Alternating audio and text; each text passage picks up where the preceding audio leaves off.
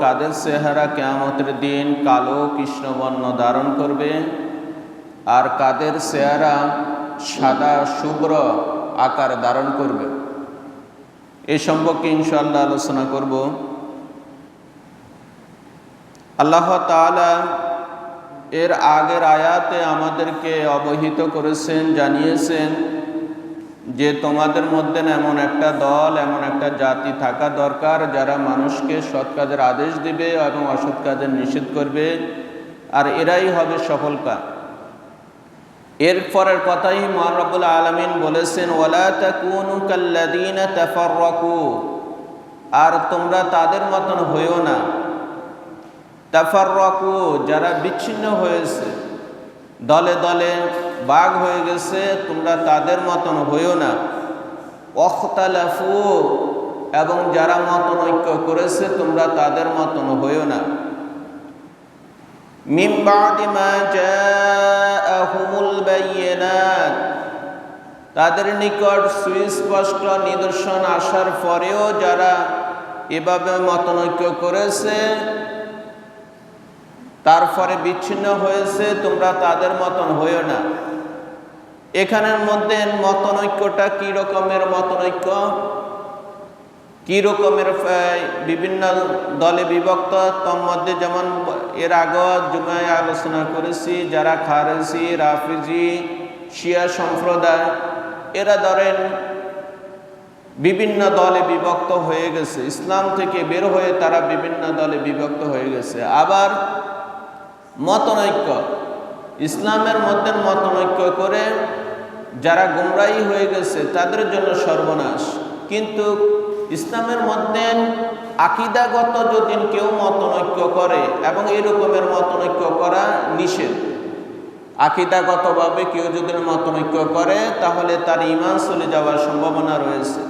কিন্তু মাসালাগত যদি কেউ মতনৈক্য করে তাহলে সেটার মধ্যে কল্যাণ রয়েছে, সেটা জায়েজ এবং সেটার মধ্যে বরকত রয়েছে। মাসালাগত যেমন মতনৈক্য, এক একজন সাহাবায়ে কেরাম আল্লাহ রাসূলের হাদিসগুলো এক এক রকমভাবে বর্ণনা করেছেন।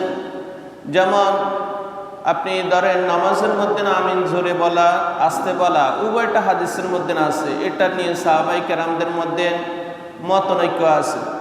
তারপরে মোজা পড়ে মাসে করার ব্যাপারে মতনৈক্য রয়েছে, নামাজের মধ্যে রফল ইয়াদাইন করার ব্যাপারে মতনৈক্য রয়েছে।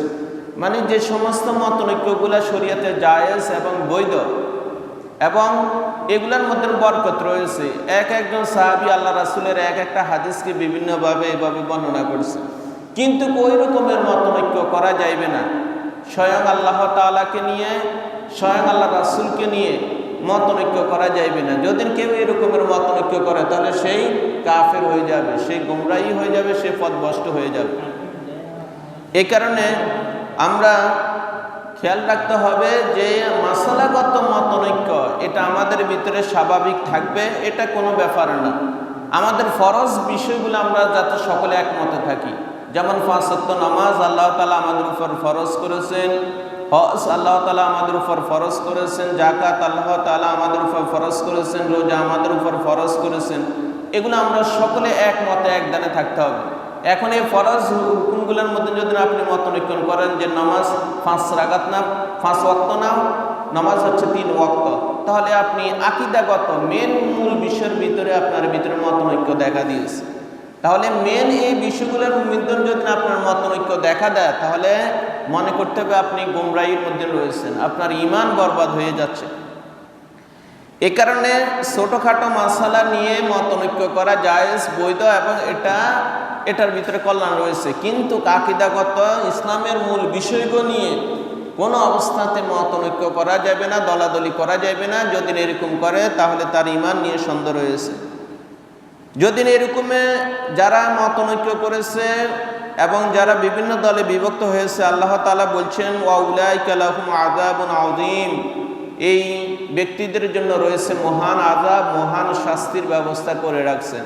যারা ইসলাম থেকে বের হয়ে বিভিন্ন দলে বিভক্ত হয়ে ইসলামকে বিকৃত করে বা বিভিন্ন মতভেদে ইসলামকে বিভিন্ন দিক থেকে ইসলামকে এত সংকীর্ণ করে ফেলেছে এবং ইসলামকে তারা মানতেছে না, নিজেদের মন গড়া দিন ধর্ম তৈরি করে যারা আমল করতেছে, এদের ব্যাপারে আল্লাহ তাআলা বলছেন যে তাদের জন্য রয়েছে মহাশাস্তি, মহা আযাব।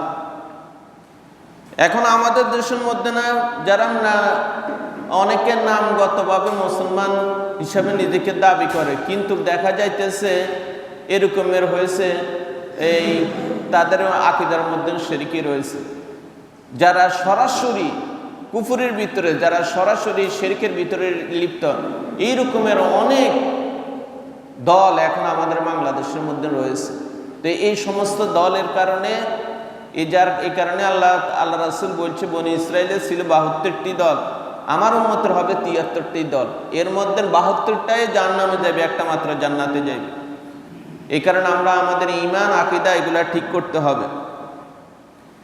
এবার আসেন আল্লাহ তাআলা বলতেছেন ইয়াউমা তাবিয়াদু উজুহু ওয়া তাসওয়াদু উজুহ, ওই দিন তথা কিয়ামতের দিন কিছু লোকের চেহারা খুবই উজ্জ্বল হবে, সাদা শুভ্র আকার ধারণ করবে, উজুহুই ওয়া তাসওয়াদু উজুহ, আর সেদিন কিছু মানুষের চেহারা শুরুত একবার পুরা কৃষ্ণবর্ণ ধারণ করবে, কালো ঘোর কালো অন্ধকার তাদের চেহারা হয়ে যাবে। এখন কাদের চেহারা কিয়ামতের দিন একবারে সাদা শুভ্র আকার ধারণ করবে? তাফসীরের মধ্যে বলা হয়েছে এখানের মধ্যে মুহাজির এবং আনসারদেরকে বোঝানো হয়েছে, আর যাদের চেহারা ঘোর কৃষ্ণবর্ণ ধারণ করা হবে তারা বনি কুরাইজা, বনু নাজির তথা ইহুদিদেরকে বোঝানো হয়েছে। আবার আরেকটা রিওয়ায়াতের মধ্যে আসছে এখানের মধ্যে যাদের চেহারা সাদা শুভ্র আকার ধারণ করবে এরা হচ্ছে ঈমানদার মুত্তাকি, আর যাদের চেহারা কালো কৃষ্ণবর্ণ ধারণ করবে এরা হচ্ছে পাপিষ্ঠ, গুনাহগার, কাফের, ফাসিক এরা।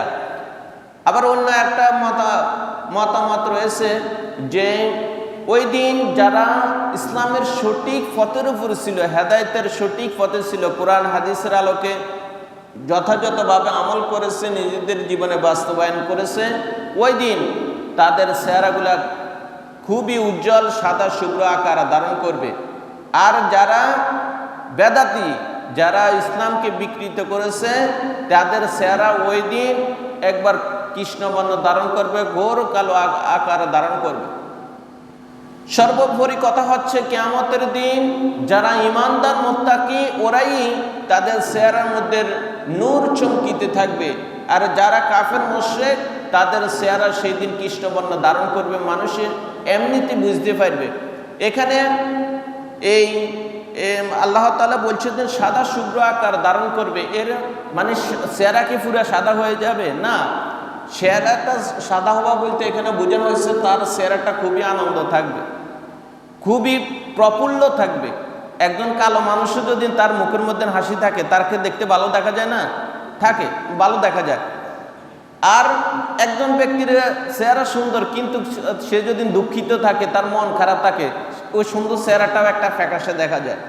এ কারণে মূল কথা হচ্ছে এখানের মধ্যে তার চেহারার মধ্যে যে ঈমানদার কিয়ামতের দিন তার চেহারার মধ্যে হাসি থাকবে, তার চেহারাটা প্রফুল্ল থাকবে, আনন্দ থাকবে, সে খুশিতে থাকবে। আজকে তার লা খাউফুন আলাইহিম ওয়া লা হুম ইয়াহজানুন, আজকে তার কোনো ভয় নাই, কোনো চিন্তা নাই, যার কারণে তার চেহারাটা আজকে প্রফুল্ল, আজকে সে আনন্দিত থাকবে, আজকে তার মন খুলে সে হাসরের ময়দানে উপস্থিত হবে। কিন্তু যে মুসলমানও দাবি করছে কিন্তু নামাজ পড়েনি, রোজা রাখেনি, অথবা কুফরি করেছে, কাফের ছিল, মুশরিক ছিল, তার চেহারাটা ফ্যাকাশে হয়ে যাবে, কালো বর্ণ আকারে ধারণ করবে, সে দুঃখিত থাকবে, সে টেনশনে থাকবে, পেরেশানে থাকবে, তার চেহারা বলতে আনন্দ বলতে যে জিনিস সেটা থাকবে না। এই কারণে মহান রব্বুল আলামিন বলছেন ইয়াউমা তাবিয়াদু উজুহু ওয়া তাসওয়াদু উজুহ, ওই দিন কতক চেহারা এভাবে সাদা শুভ্র আকার উজ্জ্বল আকার ধারণ করবে, ওয়া তাসওয়াদু উজুহ, আর সেদিন আর কিছু চেহারা কালো কৃষ্ণবর্ণ আকার ধারণ করবে, যাদের চেহারাটা মলিন হবে, ফ্যাকাশে থাকবে। এরকম ফাআম্মাল্লাযীনা সুওয়াদ্দাত উজুহুহুম, আল্লাহ তাআলা আবার এটার ব্যাখ্যা দিতেছেন, অতঃপর যাদের চেহারা এইভাবে কৃষ্ণবর্ণ ধারণ করবে, কালো হবে, কেন? আকাফারতুম বা'দা ঈমানিকুম, তোমরা কি ওই সমস্ত ব্যক্তি না যারা ঈমান আনার পরে আবার কুফরি করেছো? মানে যাদের চেহারাটা কৃষ্ণবর্ণ ধারণ করবে, যাদের চেহারাটা ওই মলিন হয়ে যাবে, যাদের চেহারাটা একবার কালো হয়ে যাবে, ঘোর কালো হয়ে যাবে, তাদেরকে আল্লাহ তাআলা প্রশ্ন করতেছেন, আকাফারতুম বা'দা ঈমানিকুম, তোমরা কি ওই সমস্ত ব্যক্তি নয় যারা ঈমান আনার পরে আবার পুনরায় কুফরি করেছে?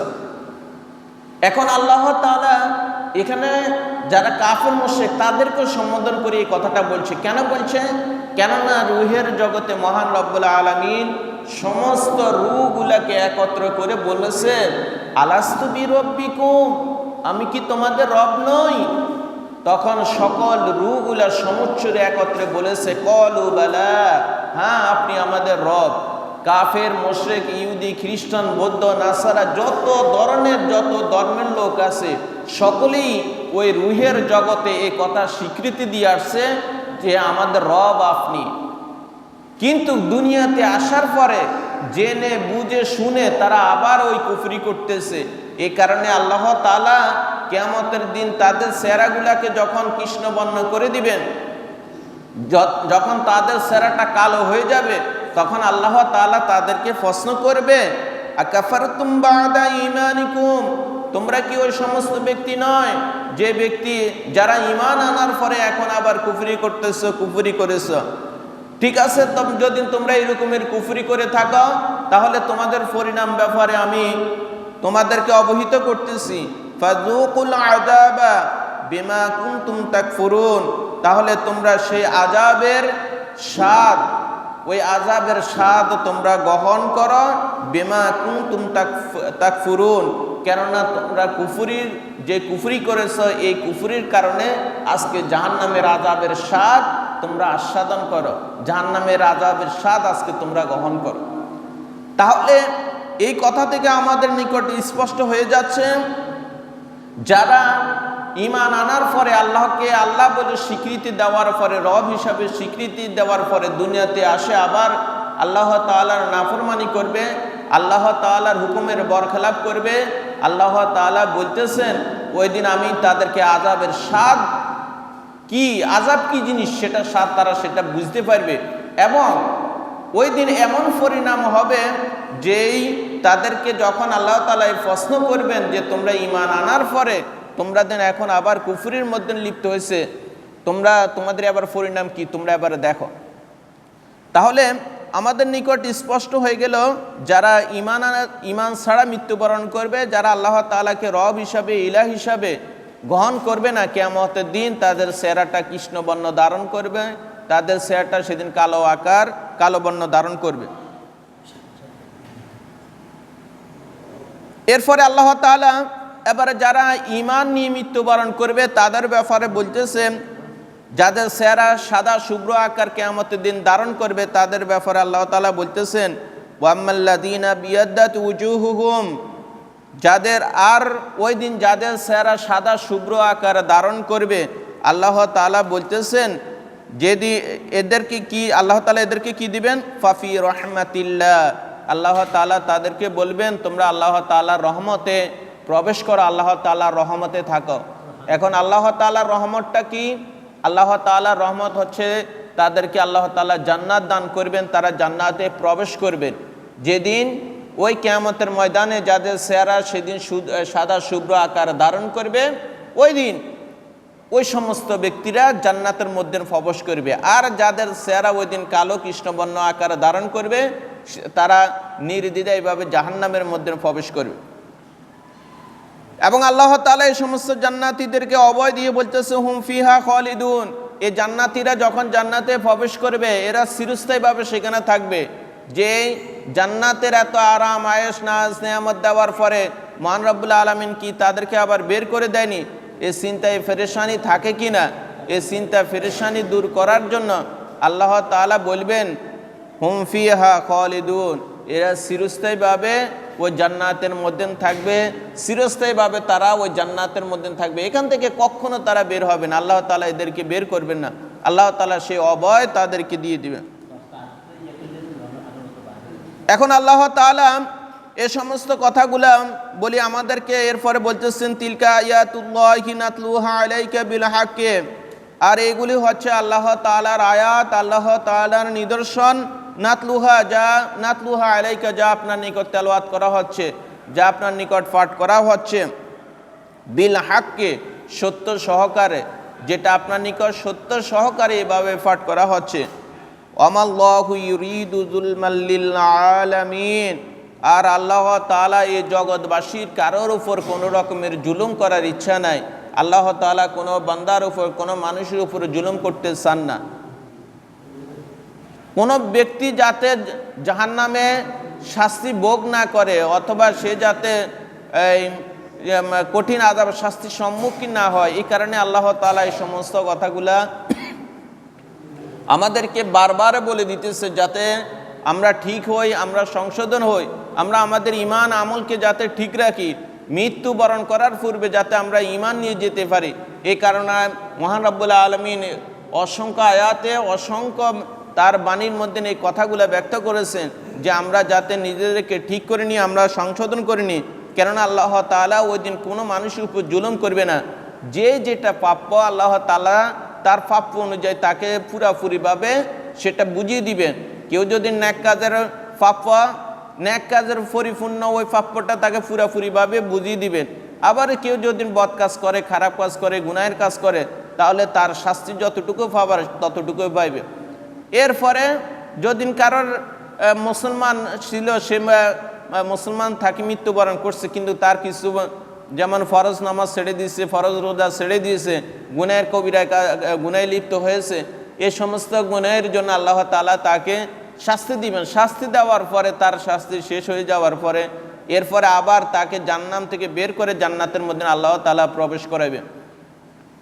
কিন্তু যারা কাফের, যারা মুশরিক, এরা কখনো ওই জান্নাত থেকে বের হইতে পারবে না, ওই জাহান্নাম থেকে বের হইতে পারবে না। মানে ওরা চিরস্থায়ীভাবে ওই জাহান্নামের মধ্যে থাকবে। কিন্তু যারা মুসলমান ছিল, একবার ঈমান গ্রহণ করেছে, শাস্তি ভোগ করার পর একদিন না একদিন আল্লাহ তাআলা তাদেরকে বের করবে। এখন এই কথা চিন্তা করে আপনি মনে করবেন যে ঠিক আছে, আল্লাহ তাআলা একদিন তো আমাকে জাহান্নাম থেকে বের করবে, আমি এখন নামাজ পড়বো না, রোজা রাখবো না, একদিন না একদিন আল্লাহ তাআলা আমাকে জান্নাত দান করবে, জান্নাত দিবে। এই যদি আপনার চিন্তা থাকে, তাহলে আগে নিজেটা টেস্ট করে দেখেন যে এই জাহান্নামের যে আগুনের পাওয়ার, সেটাই দুনিয়ার আগুনের চেয়ে 70 গুণ বেশি পাওয়ার। এই দুনিয়ার আগুন আপনি একটা আঙ্গুল যদি আগুনের মধ্যে রাখি, আগে টেস্ট করে দেখেন আপনি কত সময় ওই আঙ্গুলটা আপনার এই দুনিয়ার আগুনের মধ্যে আপনার আঙ্গুলটা রাখতে পারেন। আপনি যদি 1 সেকেন্ডও তো রাখতে আপনার কষ্ট হয়ে যাবে, আপনি 1 মিনিট 2 মিনিট রাখলে তো আপনার এটা এমন ফোড়া যাবে যেটা ফুঁসিয়ে আপনার এখানে পছন্দ ধরবে, আপনার ক্ষতির সম্মুখীন হবেন, আপনি সেটা নিজে এখন দুনিয়ার মধ্যে বুঝতে পারবেন। যারা ফোড়া গেছে তারা বুঝেন, বেশি চামড়ার মধ্যে ফোড়া গেলে অল্প কিছুদিনের ভিতরে ভালো হয়ে যায়, কিন্তু গোস্তের মধ্যে যদি ফোড়া যায় তাহলে এটা ফোঁসা শুরু করে, এটা তো ভালো হইতে অনেক সময় লাগে। গোস্তের পরে যদি হাড়ের মধ্যে লাগে তাহলে তো আপনার অবস্থা শেষে, আপনার ওই অংশ কাটি ফালাই দিতে হবে। যেটা যদি হাড়ের মধ্যে না আপনার হাড় ফোড়া যায়, তাহলে হাড় একবার পাউডারের মতন হয়ে যাবে, আপনার এটা কাটি ফালাই দেওয়া লাগবে। তাহলে এই জাহান্নামের দুনিয়ার আগুন আমরা যে সহ্য করতে পারি না, জাহান্নামের আযাব সহ্য করার ক্ষমতা কি আমাদের কারোর আছে? কখনো নাই, এটা কখনো আমরা পারবো না। এই কারণে এর আগেই আমরা আমাদের ঈমানকে, আমাদের আমলকে, আমাদের সকল কিছু আমরা আগে ঠিক করে নিব, যাতে আমরা আল্লাহ তাআলার দরবারে আমাদের ন্যাক আমলগুলো সুন্দর করে আমাদের ঈমান নিয়ে আমরা যেতে পারি। আল্লাহ পাক আমাদের সকলকে সেই বুঝ দান করুক, আমিন। ওয়া মা তাওফীক ইল্লা বিল্লাহ।